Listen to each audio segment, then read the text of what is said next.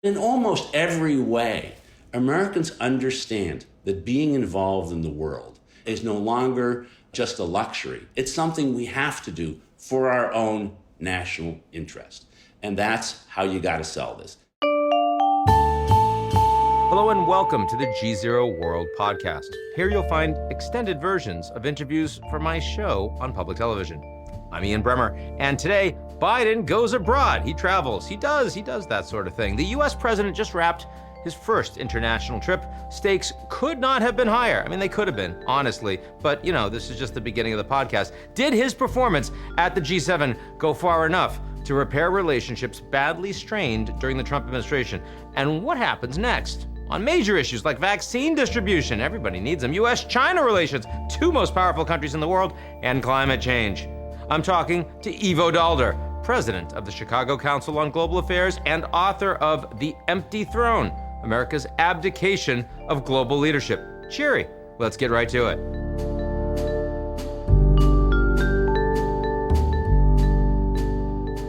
The GZERO World podcast is brought to you by our founding sponsor, First Republic.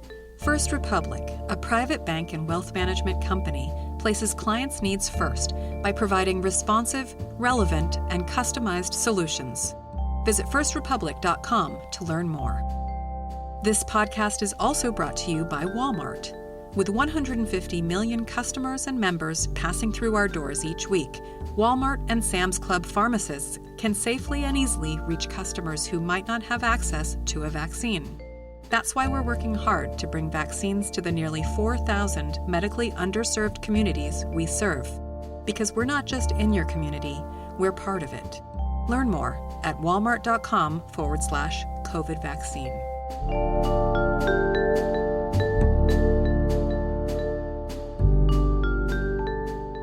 And today, Ambassador Ivo Daalder, he is president of Chicago Council on Global Affairs and author of The Empty Throne. Great to see you, Ivo. Hey, Ian, great to be here. I am kind of wondering, when we have come out of this period where all of America's allies have expressed so much uncertainty about the role the United States should play in the world, the sustainability of the alliances, all of these things. How is it possible that we have the French President Macron saying, yep, America's back. Yep, that's right. How's that possible? Well, in part because they want America to be back and wish is their command. They want a United States that's engaged. They want a United States that cares, even loves Europe, that thinks that Europe is important. They want a United States that's there to be on the global stage to enhance themselves. They want a United States that figures out how to deal with some of the big challenges that they themselves are unwilling or unable to deal with. So in that sense, they're just happy in that America is back. But America's also back. I mean, it's a reality. It's not just about what they want. In the very important sense that this president returns the United States to the kind of engagement that used to be the norm and was the norm for a very long period of time, no matter how many disagreements one might have had between George W. Bush and a Clinton or Obama administrations. And by the way, there were a lot of disagreements. The fact that the United States had a indispensable role, a leading role in the world was never questioned until Donald Trump was president. And Biden comes from a generation, comes from a sense and an engagement sense that says, no, that's the role we need to take. Now, the real question, right, is how long is that United States going to be back rather than a Trumpian United States? And I think the other question is the kind of way the United States has engaged the world still the appropriate way for dealing with the challenge we have? But back, yeah, for sure. And I mean, we'll get to both of those things. But I mean, if you want to ask how much of this is about Biden being president, someone that they know, they're comfortable with, he's a multilateral in orientation, he likes diplomacy, I mean, his team is oriented that way, and how much of this is the Russians increasingly antagonizing under Putin a lot of American allies. How much of this is the Chinese increasingly antagonizing a lot of the allies and a reaction? I mean, if you had to balance those things, how would you score it? Well, it's not an either or. It's an and, right? It is from a geopolitical, a realism, foreign policy perspective. The national interest of the countries in Europe is being threatened directly by what Russia is doing, directly in terms of military force and the capabilities they have acquired over the last decade plus, the willingness to use that force, threatened by cyber intrusions, threatened by disruptive behavior with regard to their electoral systems, on gas, on so many other ways, and of course threatened by the Chinese, threatened ideologically, threatened politically, threatened economically, and indeed increasingly threatened militarily. The Chinese are in Europe. China may not be in Europe, but the Chinese are. Through the Belt and Road Initiative, through a whole variety of ways in which they have economic and political linkages created to NATO members, including members like Italy and Greece. And they've been welcomed. The Chinese have been welcomed by those European members. Exactly. So they're very much part of this. And there's an interest to say, okay, we want to engage with them, but we also want to make sure that our own interests are protected. And we need the United States for that purpose.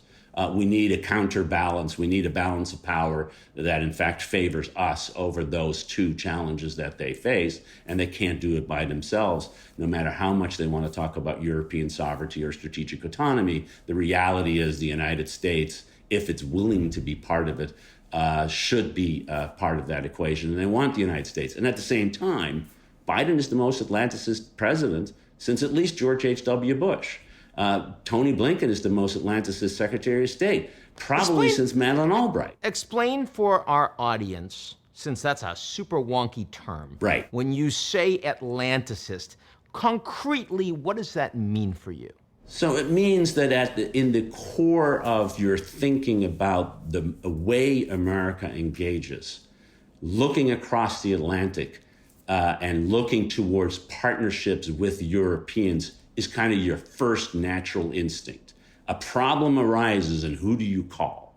Are you going to call your friends in Latin America or in Africa or in the Middle East or even in Asia, or are you going to call your friends in Europe?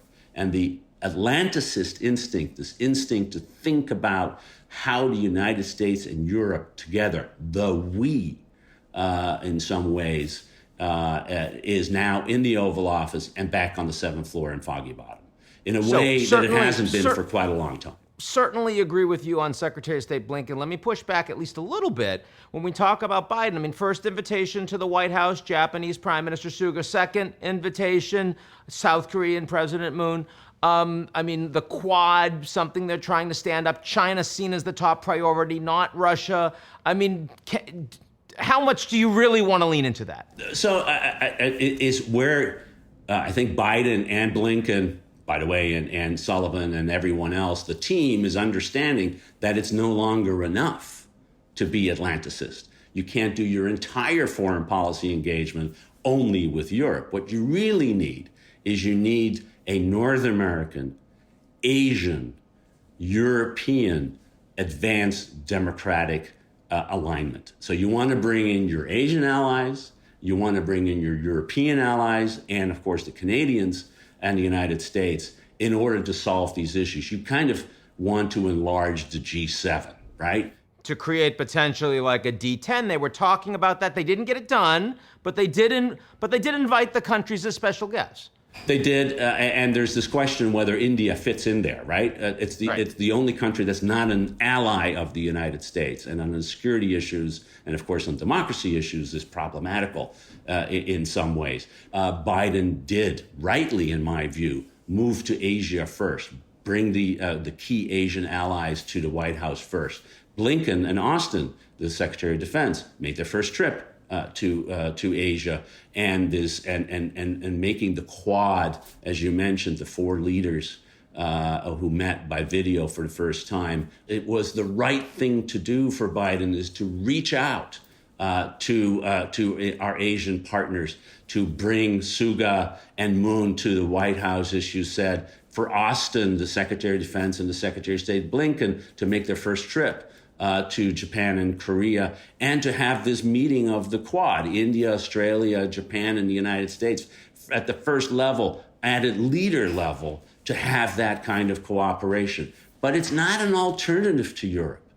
This president is not pivoting away from Europe. It's trying to align both our European partnerships and our Asian partnerships to deal with the challenges we face: China, cyber, climate, COVID, to take four C's as the key thing. You did that. 4 C's, just lined them right up. So how do you think you avoid ending up in a Cold War with the Chinese, given this level of momentum that is being driven by Biden, but frankly, in a bipartisan way in the United States, that the principal challenge is we've got to build architecture to compete with, to contain, to all of those other C words, the second most powerful country in the world? Yeah, and I think it's a real challenge because the United States doesn't do foreign policy subtly. We're not particularly good at that.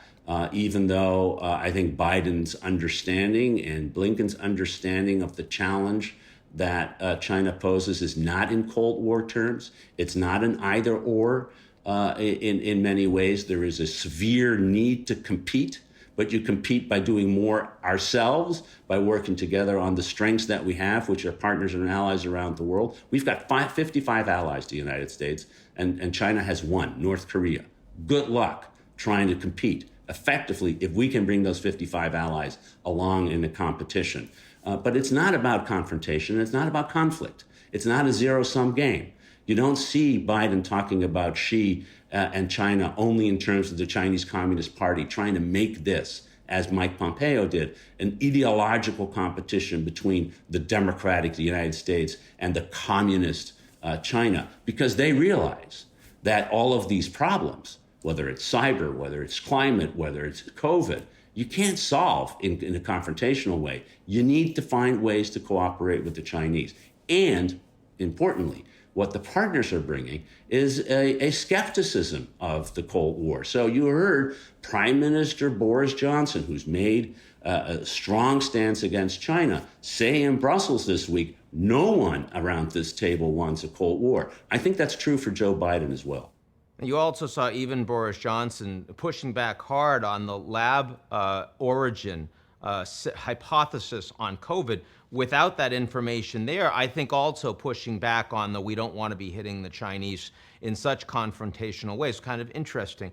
But, you know, when you were ambassador to NATO in the Obama administration, and as ambassador to NATO, you orient diplomacy primarily towards allies. And as you mentioned, China doesn't have allies, but China also doesn't articulate its power that way. I mean, China is the largest trade partner of all of the countries in South America, of all of the countries in Asia, of most of the countries in sub-Saharan Africa.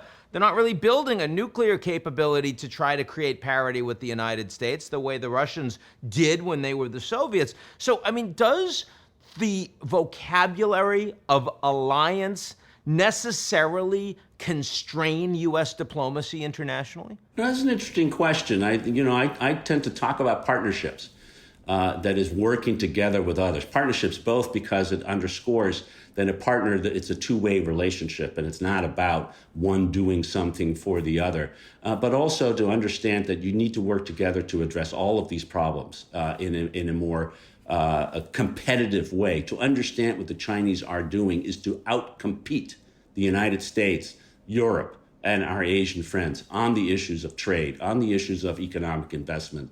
And that in order to deal with that, you can't just browbeat them. You got to offer an alternative. I was in Ethiopia 2 years ago, And it was just remarkable how the Chinese dominate the investment climate. They're building a metro system. They built the African Union headquarters. They're just all over the place. And you ask the Ethiopian interlocutors, so why are you relying on Chinese investment? And the answer was very simple, because there is nobody else providing There's nobody else. So right. if we in the United States were to think about this strategically, and we started this process in the G7 with this idea of a B3W, a Build Back Better World, right? Yes. To have an alternative. I think it's a little small and it's a little, it's kind of cute to think about it, but the idea is right. That is, you need to offer an alternative. You need to be a competitor. You need to think about not how you browbeat those countries in not accepting the Chinese, but offering an alternative that's better. Think about vaccines. You want to take, if the offer is BioNTech, Pfizer, or Moderna versus Sinovac, what are you going to do? Who's going to take the Chinese vaccine when you know you have a proven one? But you got to offer it to them in order to give them the alternative and to be a competitor. And that's what we're starting to understand. It's what America First sort of completely missed. That now, it's not about America, it's about how we protect ourselves by being more competitive abroad. Now, you mentioned the challenge of India. I mean, if I go back to my Sesame Street days, one of these things is not like the other. And not just that they're still a developing country, but also from a human rights perspective, from a consolidated representative democracy perspective, the U.S. has problems. India's level of commitment is a wide open question. Plus, historically, India has been completely unwilling to play the role of close partner with the United States. They want to be sort of neutral and work with everybody. Modi has shifted on that and many other things. But, in the same way that people ask, well, couldn't Trump come back? Whether or not Modi is there for 5, 10, the next electoral cycle is also an open question. So to what degree do you think the India engagement is going to work? So I think it's important that the India engagement be about India and helping India to become the democrat, to continue to be, but also emerge as the democratic, economic, and security player that it can and should. But it is not about doing this only so we can have a balance of power vis-a-vis China. One way in which you sort of make the Cold War worse is to have this Cold War analogy with China worse is by saying we're going to surround China with alliances and look at India, not about India itself. India has very big differences with the Chinese. We saw, of course, the military confrontation in the Himalayas, and the Indian attitudes towards China are changing very rapidly. But India has no interest in a overt confrontational policy towards China, one it would stand to lose in any case, militarily, politically, and certainly economically. So let's have a bilateral relationship or a multilateral relationship with India that brings the Indians into more into a closer alignment with the West, while recognizing that there's some real problems. There's the problem of democracy, there's a problem of Modi's direction, and of course there is the extraordinary poverty that continues to be part of India's presence and likely future. I want to push you on this. I mean, when you say India is about India, I mean, it's not going to be about Venezuela. Like, I get that, but the engagement of India in the Quad, I mean, clearly from the perspective of Beijing, that is a non-China bunch of democracies, get them to multilaterally coordinate and disagree on stuff with Beijing, right? I mean, there's a level of that. It's, precisely the Southeast Asia, South China Sea. The Americans want rule of law, multilateralism. China wants individual one-on-one engagement where they're much more influential, they can get what they want. How do you make India about India? What does that concretely mean to you? Well, yes, it means to continue in the Quad. But for example, I wouldn't bring him into an expanded G7. In part because you want to avoid the expanded G7 being only about China, because it isn't. It has to be about coordination of common policies among advanced industrial democracies. And when you talk about advanced industrial democracies, all of the countries that you would like to have in that G7 fall in that category, but India, maybe not so much. Are you going to really have not at all? No. Right. So are you going to have coordination of trade policy with India? Are you going to have coordination of your democratic outreach and with India? Not so much. So yes, there are areas where you want to cooperate with the Indians. I think the Quad is a good place, which, by the way, I'd like to expand by including Korea as well, if the Japanese were to allow it. Yes, to have security cooperation in the region, which is very important because China is a big military power and needs to be balanced in Asia, and particularly in Asia. And there is no NATO, there's no security structure, there are bilateral alliances that the United States has. And bringing the Indians in, yes, that's part of China. But the overarching relationship with India shouldn't be through the Quad. It should be a much more multifaceted relationship of the kind of deep engagement, by the way, that started in the Clinton administration. And in the post-Cold War period. India, of course, was a leader of the non-aligned movement during the Cold War. And it's that kind of deep engagement with India. We have fundamental bilateral interests in seeing India succeed economically and politically that have nothing to do with China. Oh, by the way, if they do succeed, that also enhances the relative power that Western democratic systems have vis-a-vis China. And that's a good thing because we are, as Biden, I think, rightly says, in a competition between democracies and autocracies, seeing who can provide for their people in the best possible way. Now, part of that competition is, of course, within the United States itself. And you mentioned early on that there is a big unknown on the part of allies as to what extent the United States' commitment to these things is sustainable. I mean, it flagged under the Trump administration, but it also flags inside Congress, inside a very divided, not only Democrats versus Republicans, but divided Democratic Party, divided Republican Party, where the momentum increasingly does not seem to be with the foreign policy establishment. So, I mean, if we accept that as at least, where the momentum broadly has been over past years, how do you think, how much of a constraint is that? Where does it show up the most in your view? So, I mean, first of all, when it comes to NATO, right, as an institution, both public and congressional support remains extremely high. Even during the Trump years, overwhelming majorities and unanimity in almost all cases, except I think one, voted to say that the U.S. Membership of NATO was in the fundamental security interests of the United States. So it's there, but it's flailing, right? It's changing, and the nature is changing. This is the big bet, and I think Biden has kind of understood this. We have to demonstrate that a continuing global engagement by the United States and working together with other democracies can demonstrate to our own people that delivers in a way that the alternatives don't. That delivers for them. That's why I think the kind of economic policies that the Biden administration are putting forward, not in their specific, but in its overarching sense, that coordinating on the economic recovery, which they agreed in the G7 to continue to do, including fiscal expansionism as part of that, and monetary expansionism as part of that. A new tax regime that lays a minimum level of corporate taxation globally is all necessary so you can start providing for the folks back home, to understand that cooperation with our friends and allies around the world, our democratic friends and allies around the world, has real tangible benefit for the average American. That's what foreign policy in the middle class, sort of in Felicity's phrase, when you think about it, is about. I think it's a big bet. I think it's worth trying to make it happen, because the alternative, I think, is exactly as you say. It's to say, wait a minute, this costs too much. Why are we doing this? Why don't we turn our backs to the world? We can worry about what people, we need to worry about what people at home are doing, not what people abroad are doing.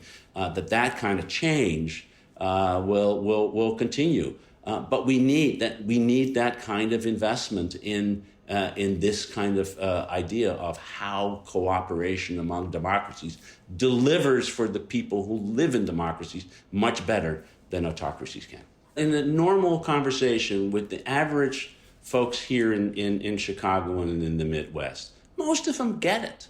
Most of them understand that you can't defend yourselves by building higher walls with and closing all the gates and having more guns at your border, because what's happening economically, what's happening in terms of health and climate, in terms of migration patterns that come with it, means that if the problems over there aren't addressed, they're inevitably going to come over here. In some ways, the pandemic has helped.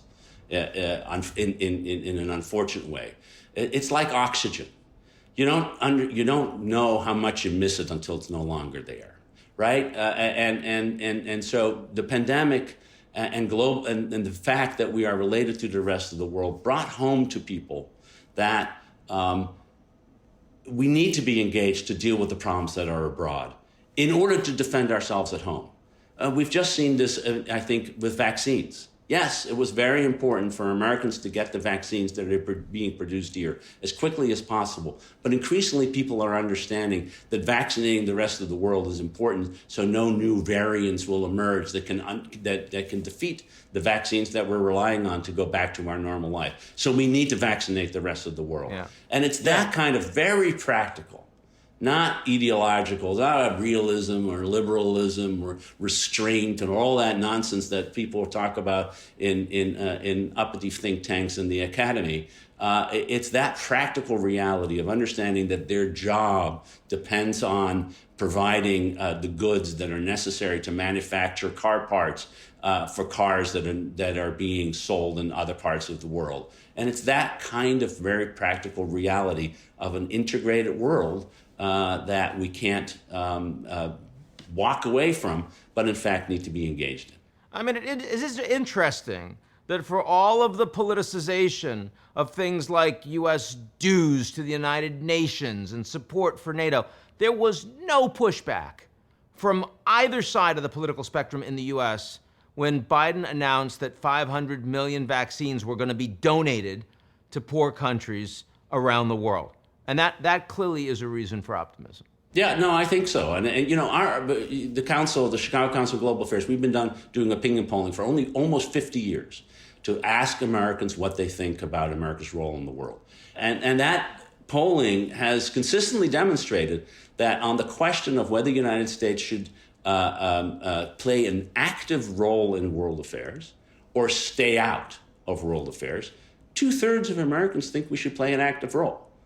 Now, you can then define what that active role means, and we've tried to do that. But in almost every way, Americans understand that being involved in the world is no longer just a luxury. It's something we have to do for our own national interest. And that's how you got to sell this. That's why a foreign policy for the middle class is actually a pretty good slogan when you think about it, because it's trying to sell engagement, being part of the world, solving problems together with your friends and partners around the world as a means to helping you achieve what you want every day, which is to have a good job that pays enough to take care of your family, that gives you a house and a roof over your head. I mean, if I wanted to be cynical, I would say a foreign policy for a middle class if we still had a middle class. Well, there is that. And I think, you have to address I think internally, the big problem that we see in inequality, and that's kind of at the core of the capitalist model that we have been engaged in for the last 40 plus years, and the democratic problem that we saw, exposed on the Capitol on January 6th. Those are real threats, by the way, not just to the future of the United States. They're threats to American leadership and indeed American engagement in the world. I mean, of course, the upside of having a foreign policy for the middle class is you don't have as many people you have to convince. That's true, although since most Americans still think they're part of the middle class, you've got that problem to deal with, right? Touche. Yes, I was hoping you were going to say that. So, before we close, I have not asked you much about Russia, mostly because the G7 and NATO are much more important, and China, than what we're talking about with Russia, and it gets way too much airtime. But briefly, because, I mean, it clearly is something that the Americans are focusing on, how surprised have you been that the Biden administration has been focusing so much on predictability and finding areas where the Americans and Russians might be able to work together? Because it does seem that there's an effort to coordinate there. You know, in some ways, of course, it is very surprising that you've seen this outreach, because Biden, in some ways, was the most skeptical president about both Russia and Vladimir Putin of any post-Cold War president, from Bill Clinton onwards, to come to office. But on the other side, it's not that. It's understandable. Part of being back is understanding that you need to deal with security threats, not just through bigger budgets on the military side and more deterrence, but also dialogue, and where possible, arms control and cooperation on the kinds of issues that could really, really change the world very, very quickly. And the arms control framework that was built up from President Johnson and Nixon onwards is unraveling. It's been starting to unravel for quite a while, but Trump really pulled all the threads in one go, with treaty after treaty walking away. So the first thing he does, and I think rightly so, is says, let's take the New START agreement and extend that for 5 years. And now let's spend some time seeing, is there a way to build predictability and stability in this relationship? You know, nuclear weapons still exist, and no one wants to have a war in which those weapons would ever be used. And it is still fundamentally in our interest to make sure that the United States and Russia have the kind of predictable relationship that makes that less likely. Yeah, I remember when I was in high school, the day after absolutely scared the crap out of me. And, you know, we don't talk about it much anymore, but that balance has not changed one iota. It hasn't, and, you know, Joe Biden, been around for 50 years, and as chairman of the Senate Foreign Relations Committee, he was the chairman when the INF treaty, the treaty that banned for the first class of nuclear missiles between the Soviet Union and the United States, was signed, and he was the chair of the committee that ratified it. So he has a deep personal interest in this area. I know this from my own interaction with him on nuclear weapons issues. So I'm not surprised in that sense. It's trying to hive off, are there places where we can work together? Can we put some guardrails on the relationship so that, one, the threat is reduced, and second, we can start focusing on what's the real long-term challenge to the United States, which is further east in China. Ivo Daalder, no nuclear war is good nuclear war. He runs the Chicago Council. He's a friend, and I'm delighted to have him on the show. Thanks so much. Great to talk to you as ever. Thanks. That's it for today's edition of the GZERO World podcast. Like what you've heard? Come check us out at gzeromedia.com and sign up for our newsletter, Signal.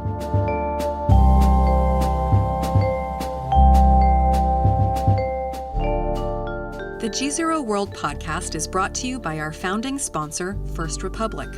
First Republic, a private bank and wealth management company, places clients' needs first by providing responsive, relevant, and customized solutions. Visit firstrepublic.com to learn more. This podcast is also brought to you by Walmart. With 150 million customers and members passing through our doors each week, Walmart and Sam's Club pharmacists can safely and easily reach customers who might not have access to a vaccine. That's why we're working hard to bring vaccines to the nearly 4,000 medically underserved communities we serve. Because we're not just in your community, we're part of it. Learn more at walmart.com/COVID vaccine.